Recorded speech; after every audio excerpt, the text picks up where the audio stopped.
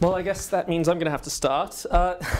Eliane, one of the interesting themes which I sort of picked out of the provocation you gave us at the start was there seems to be an interesting tension between the sorts of mechanisms which we end up with in terms of, say, nudge, and the sort of rhetoric which underpins quite a lot of, say, your classic, the classic appeal of, say, the neoliberal account. Mm-hmm. So in the neoliberal account, we're these heroic actors in the market, okay?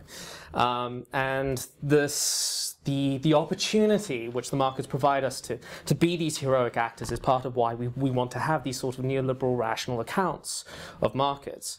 And yet ultimately what ends up being the driver of markets are these processes like nudge or things like advertising, and where to a large degree it's about removing your agency as an actor. It's about undermining it, and it seems like this is in direct tension to the kind of rhetoric which appeals, or which drives the appeal of these sort of market-driven approaches. Mm-hmm. Yeah, I mean, I think under nudge, I mean, life under nudge is not particularly heroic, right? We're just being kind of nudged this way a bit, that way a bit. So it's kind of awful in a way.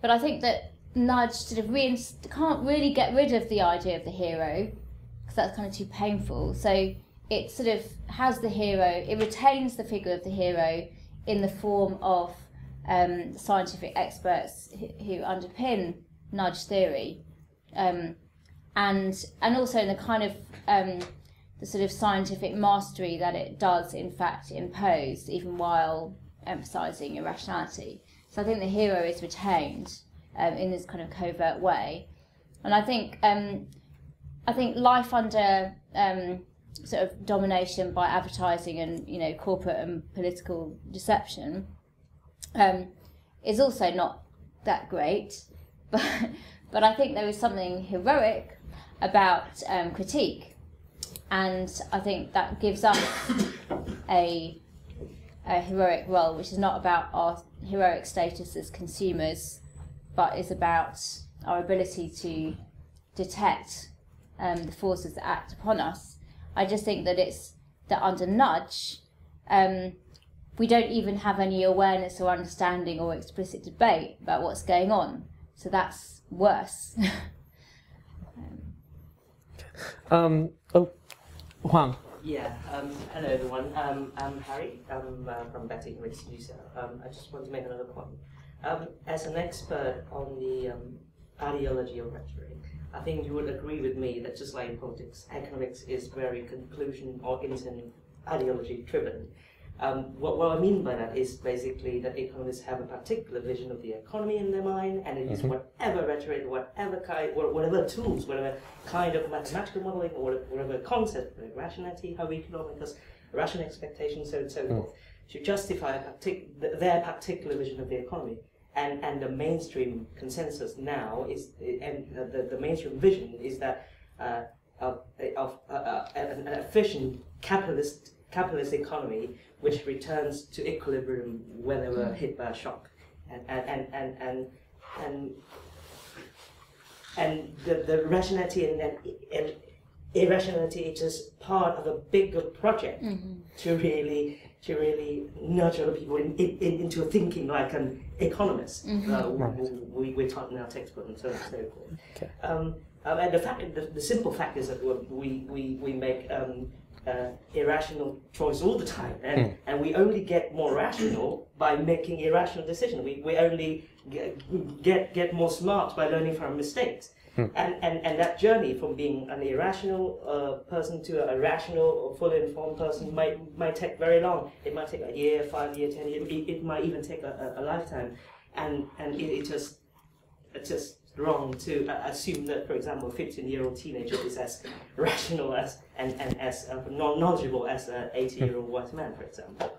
What's your take on that? Yeah, absolutely. I totally agree. And I suppose that your final comments about that we're all irrational, absolutely we are. But the problem that I have is that the new valorizing of irrationality and the kind of acceptance and legitimation of irrationality. It's almost like it's not just accepting that we're irrational, it's almost saying we have no capacity to be rational.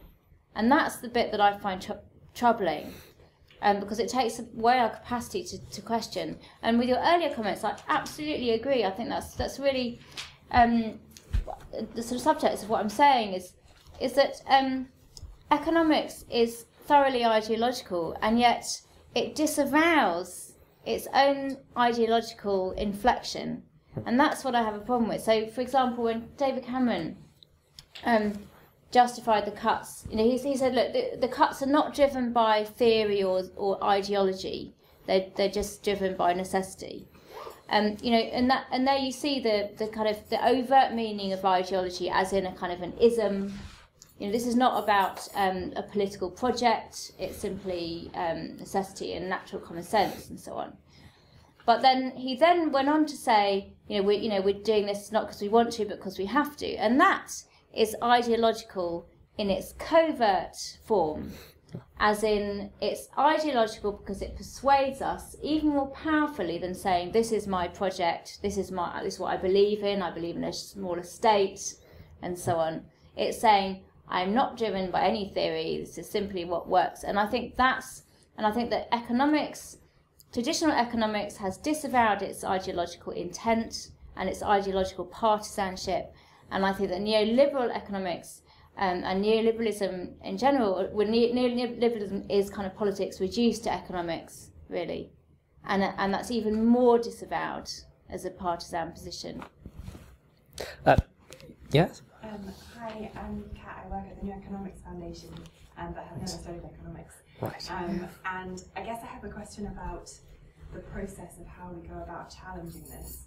So if we sort of take the idea that knowledge is constructed around this idea of what is truth or what is real, and it becomes so embodied within us that it's really difficult even to self-critique it, because of course growth is good, and of course the thing we need to do is get the economy moving, and of course the way that we do that is by having cuts and blah blah blah blah blah. That it's sort of, okay, well, how do you go about a process of deconstructing that and actually sort of hammering it down? And then the next stage seems to me then, okay, so once you've hammered it down, how do you go about building up something else that's better? Yeah. This is a question I'm currently engaged with all the time. So I suppose the book that I wrote was all about trying to recognise covert forms of ideology in action, how they work. So it was about things like when Cameron says the Tories are the new party of the poor, breaking apart the old power structures and delivering power to the man and woman in the street. We are the revolutionaries now. It's kind of analysing that co-option of left-wing rhetoric, and it's the kind of common sleight of hand of presenting something as the very opposite of what it is in reality, and so on. So it's trying to say, look, let's find some tools to recognise when things are partisan and ideological, when they're presented as not being. So that's the first part of the process. I mean, the second part is what I'm currently trying to figure out, because I'm really interested in framing, which you're probably all familiar with, the work of George Lakoff, the author of Don't Think of an Elephant, and Drew Weston, The Political Brain, and also the kind of values and frames approach, which is derived from a kind of political psychology approach. But I'm, at the moment, ambivalent about framing, because I'm just struggling with, working out if it's really adequate to kind of building a new social settlement, or if it's sort of fighting PR with PR, coming up with lines to take and narratives, and whether it's kind of participating in this kind of post-ideological world. And I'm sort of thinking, are you sure we can't just bring back ideology? Are you sure that ideology is dead? Or, is this just a neoliberal trick to persuade us that it's all just about economics? If it's just a trick, then let's just be left-wing again, That seems like sorry, yes, brilliant. This might just be for my benefit, but hopefully for other people as well. Could you maybe clarify what you mean by framing? Yeah. I don't know from Absolutely, But, yeah. If everyone else has already like got to grips with that, then it's kind of a waste of time. But No, it's a good question. So, Thank you. As I understand it, you probably have a better definition, but it's the attempt to come up with an alternative narrative to articulate your political beliefs, and it's about the notion that the way we understand the world around us is according to sort of pre-existing kind of train tracks in our minds, that habits of thought, and it's saying, okay, neoliberalism has laid down certain train tracks, let's lay down other ones. So it's really useful in terms of articulating different and more progressive narratives. But I just wonder if it's just a kind of symptom of our sort of ideological, paralysis, and a symptom of the fact that we can't just say what we believe in anymore, And I think this is a question that all the new activist and progressive and anti-austerity movements and groups are currently wrestling with. This very question of do we need a manifesto? Are we post-manifesto? Do we need an agenda? Does neoliberalism even have an agenda, or is it a kind of giant squid, just sort of responding to the situation as it currently exists? There's a kind of set of processes, a kind of facts on the ground, like Israeli settlements, just to kind of create advantage for elites in a very practical way without actually articulating any program. So it doesn't, it's like all lefties, we're all kind of arguing with each other the whole time. And is that just because we're kind of wedded to, the nitty-gritty of manifestos, whereas neoliberalism, it's just thrown that all out the window. They don't mind about not having a manifesto because they're not articulating their ideology in any explicit way. Okay, so part of the reason why we've got all of you here in the first place is because we want to get people like you to start challenging the economic syllabus as it's taught to you. So taking this particular question about how we start doing things, maybe bring it back to, say, your classrooms, the things which you are being taught right now. Are there ways you think that you'll be able to take this idea and to turn it into action in classrooms in order to try and change economics from within? You had your hands up? Can you come back to me? Okay, Yeah. Okay. So as students, how do you see these sorts of concerns sort of reflecting themselves in your classrooms, in the lectures you are actually engaged in? Tom? I think one of the one of the key things to the theme, whole other theme in itself, is the assumption about profit maximization, and that's kind of just when you model how an individual, a household, or how an individual or a firm or a household or whatever works in the economy, it's maximizing profit with respect to costs. And obviously, there's never a talk about what's a legitimate cost, or what are you going to include in that cost, and whether costs to kind of some thing like the environment that you might accidentally damage is going to be included in that. But it's also about whether kind of the assumption is that it's get down to rock bottom with supply and demand, and that there's no morality binding your actions. Yeah.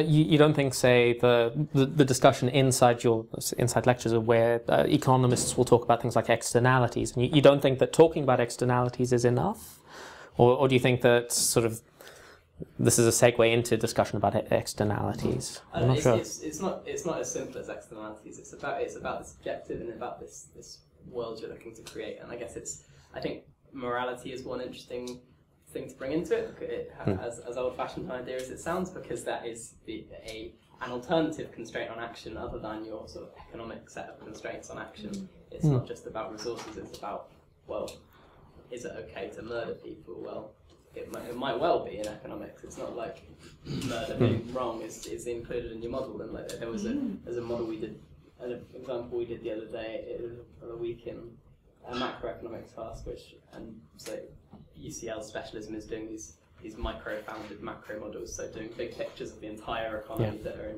entirely rooted in very specific assumptions about human behaviour.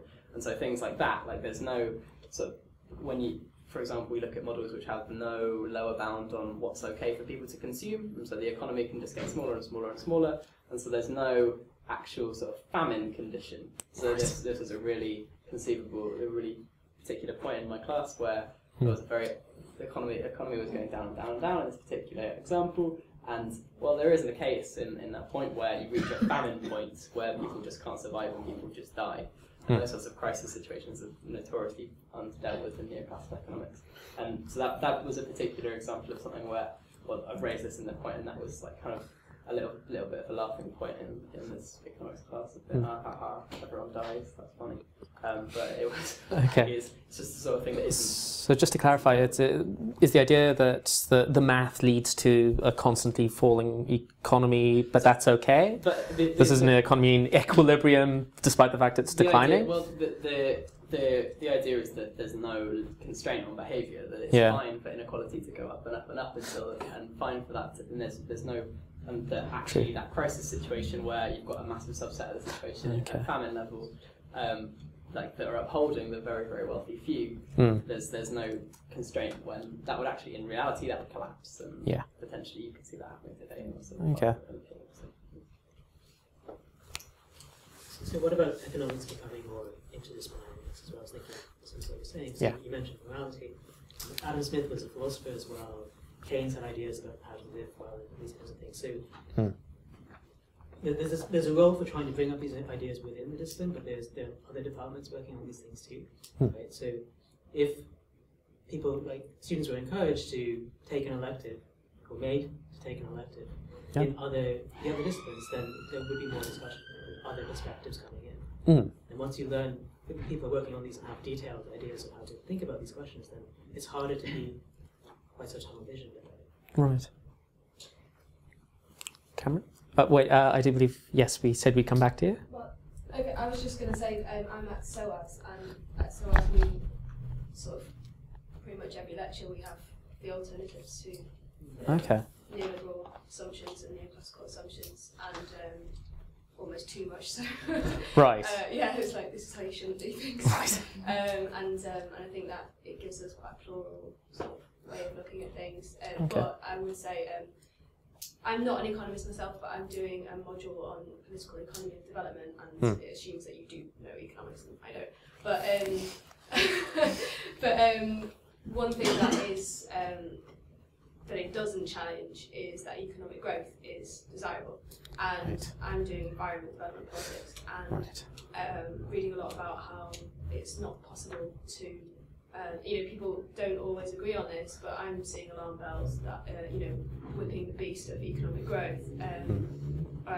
We're all okay because economic growth we're doing okay in the UK, which is fine anyway. But that's disruptive to the environment, and every single week in my syllabus, I just want to say that because we're in the development class, we're just assuming industrialisation, economic growth is development, basically. So that's what I see is not challenged in my university. Okay.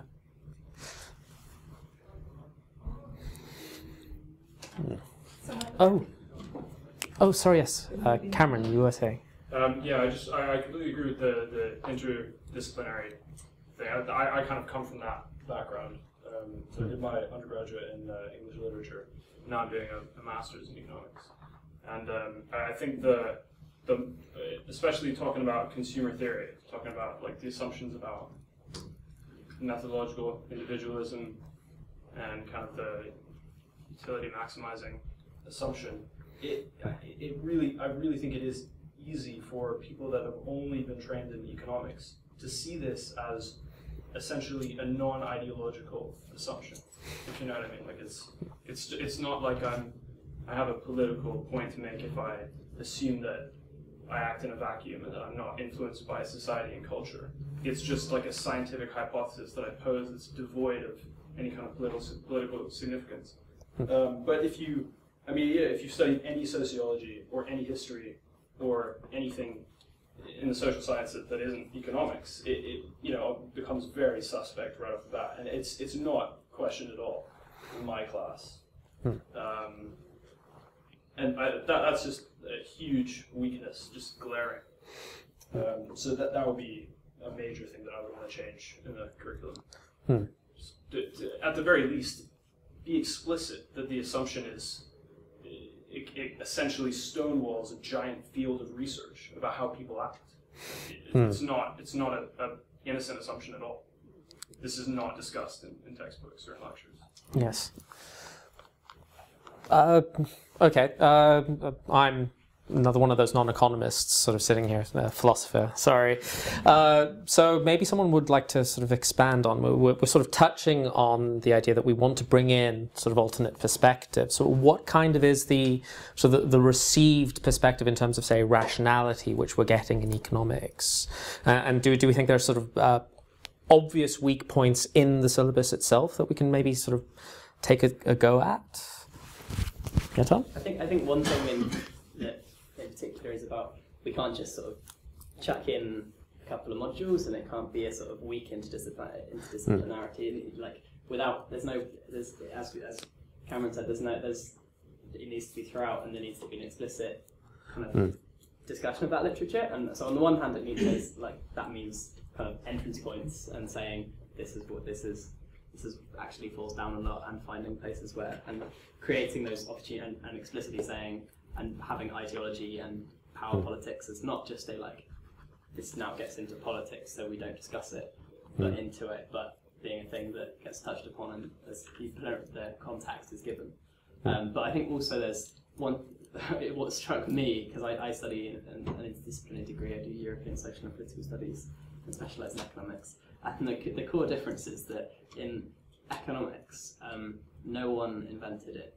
Economics is just taught as this is just fact. You just learn a set of models, and there's no economists in economics. People expect sort of radical people looking for curriculum reform to say we want Keynes and Marx to complement our Smith, but actually we don't learn any Smith either. No one created this economics that we're learning it, and actually just putting a few names in there and rehumanising it and putting it back into the context of those rhetorical discourses in which the economics was created is really important. And actually some of the history of economic thought modules that are being put back into the syllabus slowly are the sort of thing that actually a lot of the main academic syllabus should look more like, I think. Yeah. Yeah, I just want to mention the gentleman over there mentioned Smith and Keynes. Mm-hmm. The only problem I think is that had they been still alive today, they wouldn't be considered as economists. I really suspect that they might be put in the Department of Philosophy or Sociology. Right. Ronan Coase, the Nobel Prize laureate of economics in 2002, is actually in the Department of Law, because he sort of distanced himself from the view that human utility maximizes and they are rational and so forth, and only by challenging that view he's put in the Department of Law. But I'm just saying that I think that you're right. Smith and Keynes and earlier economists were more sort of they were not only economists, they were also philosophers, they were also political theorists and so on and so forth. and that's what we need to bring back to economics, that sense of interdisciplinarity. The economy consists of people, and economics try to understand the human system, and that is related to law, to politics, to philosophy, to all other social sciences, and it cannot stand alone as the queen of social sciences. I have a quote here from Smith that I would like to read. It's really brief. Okay. So he said, "How selfish soever man may be supposed, there are evidently some principle in his nature which interest him in the fortunes of others, and render their happiness necessary to him, though he derives nothing from it except the pleasure of seeing it. Of this kind is pity or compassion, the emotion we feel for the misery of others when we either see it or are made to conceive it in a very lively manner." And so, had he still been alive, I don't think that his model of the economy would be considered a right econ model, and therefore we should really consider changing the narrow economics as it is. Thanks. Okay. Do you still have a question? I just had sort of just Steve. one point, which is Yeah, just like brilliant. recently I looked up exactly sort of what the definition of economics was. Right. Just like Good question. word for word. And I think it was to do with, you know, basically how to distribute scarce resources. And do we not, are most resources not scarce due to political reasons in this world? You know, water or who controls energy, you know, distribution, etc. And right at the beginning with primitive accumulation, when you know the peasants were completely thrown off their land, that's political. So it's just something that can't be decoupled from economics, in my opinion. Isn't the assumption of scarcity itself an assumption? I mean, Exactly. are we in scarcity? Yeah. Sorry. Yeah, no. On that bombshell, brilliant. No, it's okay. I work currently in mental health economics, and I also work in some behavioural economics as well, in publishing. And I suppose the people talking about the syllabus here, and I would say it's not all doom and gloom in terms of what's actually happening on the ground. In terms of, say, health economics, we deal with social choice theory, and that inevitably involves ethics. So there is, I suppose, a blend of utilitarianism, which is classically, as you're all learning, the welfare economic foundation, but it's also kind of within sort of a Rawlsian sort of due process. So it's like most good for the resources we use, but everybody's considered equal within, as in we don't differentiate between people within the models yet, but things may change in the future. But also, as it's been pointed out amongst others about not involving other disciplines and not involving, say, philosophy, and that within current economics, within health economics, there's the work of Amiarta Sen. So he famously did a lot of philosophy before, within his career. And his ideas, amongst the capability approach, are currently being looked into and to be operationalized within current health economics. So it's, I know there's the boogeyman a little bit of neoclassical economics, and at the kind of bleeding edge of ethics within health economics, that doesn't exactly reflect reality, thankfully, I suppose. Okay, so the suggestion is that economics as a discipline seen in a whole actually does have quite a lot of interdisciplinary elements to it. Yeah? This is new. You know, well, like within development, I believe the Human Development Index is based upon the work of Nussbaum and Sen in terms of capabilities and functionings within education, and their metrics of development are based on these as well. So these are departures from the neoclassical, as I say, boogeyman. Yeah. Well, actually, I do believe you beat Tom. Go for it. Okay. I feel like it's a more important question to ask not how we can improve the syllabus within economics, but how can we make the general population more economically literate. I think there's a massive asymmetry of information between consumerism and rational consumerism, and I think part of that is because economics is ghettoized into higher education. Right. We don't know our isms. Like, I had a mainstream education. Everything I know about any kind of ism came from my own reading outside of it. And I think that considering economics is completely fundamental to the way we live, the way we vote, and everything. And the fact that the media is so emotive in what it, tells us about how to interpret economy. I think it's a lot to ask people to be rational in the face of a biased corporate media and an expectation of economic literacy that actually doesn't exist because it's just not in the mainstream curriculum up until higher education, I think. Thank you. Sorry. Brilliant. Regarding your comments, I recently read an article, and in the article they say something like economic students being taught economics tend to behave like more rational than normal people, and they tend to, when it comes to decisions, they tend to weigh up the costs and benefits, and so when generally being taught economics, they're more rational when it comes to decision making. So I think the idea of making people more rational, it's possible, I think. But my main my main point.